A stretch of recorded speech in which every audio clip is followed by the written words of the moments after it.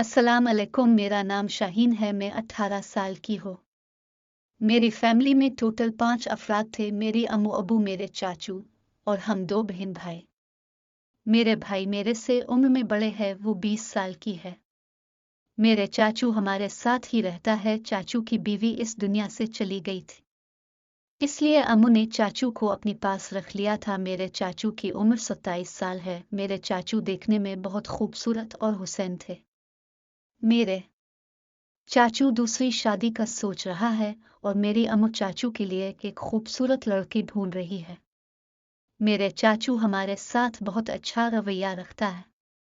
मेरे चाचू की अपने कारोबार है, वहां से इसको अच्छी आमदनी हो रही है, इसलिए मेरा चाचू अच्छा पैसा कमाते हैं और अपने सारे कमाई अम्मू को देती है। मेरे चाचू हमारी घर का खर्चा चलाते हैं, क्योंकि मेरा अबू बीमार है, इसलिए सारा जिम्मेदारी चाचू के सर पे है।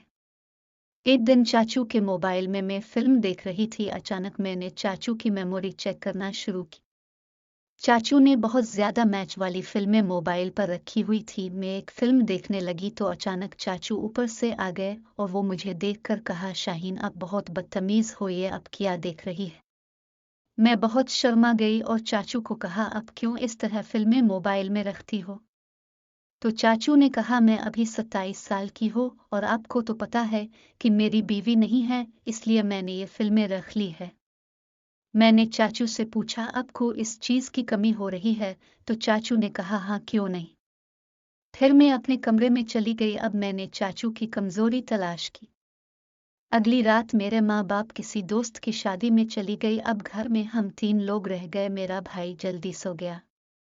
मैंने घर का सारा काम किया और अपने कमरे में चली गई। अचानक मेरे जहन में चाचू की याद आ गई, क्योंकि मेरा चाचू बहुत खूबसूरत और हुसैन था और वो जिम वगैरह भी करते थे, इसलिए मैं चाचू को बहुत पसंद करती थी और मैं चाचू की जवानी पर फिदा थी। इसलिए मैं तो पहले ही इस चीज को देखना चाहती थी और चाचू के करीब जाना चाहती थी।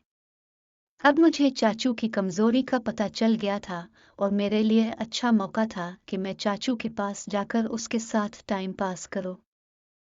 फिर मैं चाचू के कमरे में गई तो चाचू सो रहे थे। मैंने चाचू को जगाया और कहा, मेरा नल नहीं लग रहा। तो चाचू ने कहा, क्यों। मैंने कहा, घर पर कोई नहीं है, भाई सो रहे हैं, इसलिए मुझे आपकी कमी महसूस हो रही है, इसलिए मैं आपके कमरे में आ गई। तो चाचू ने कहा, आप अभी ये सब नहीं कर सकता, इसलिए बेहतर है कि आप अपने कमरे में चले जाओ। मैंने कहा, नहीं, मेरा दिल नहीं करता कि मैं यहाँ से जाऊं। फिर चाचू ने कहा, ठीक है, मैं आपके साथ टाइम पास करूंगा। चाचू ने मेरे साथ टाइम पास किया, मुझे बहुत सुकून मिला और फिर मैं अपने कमरे में चली गई।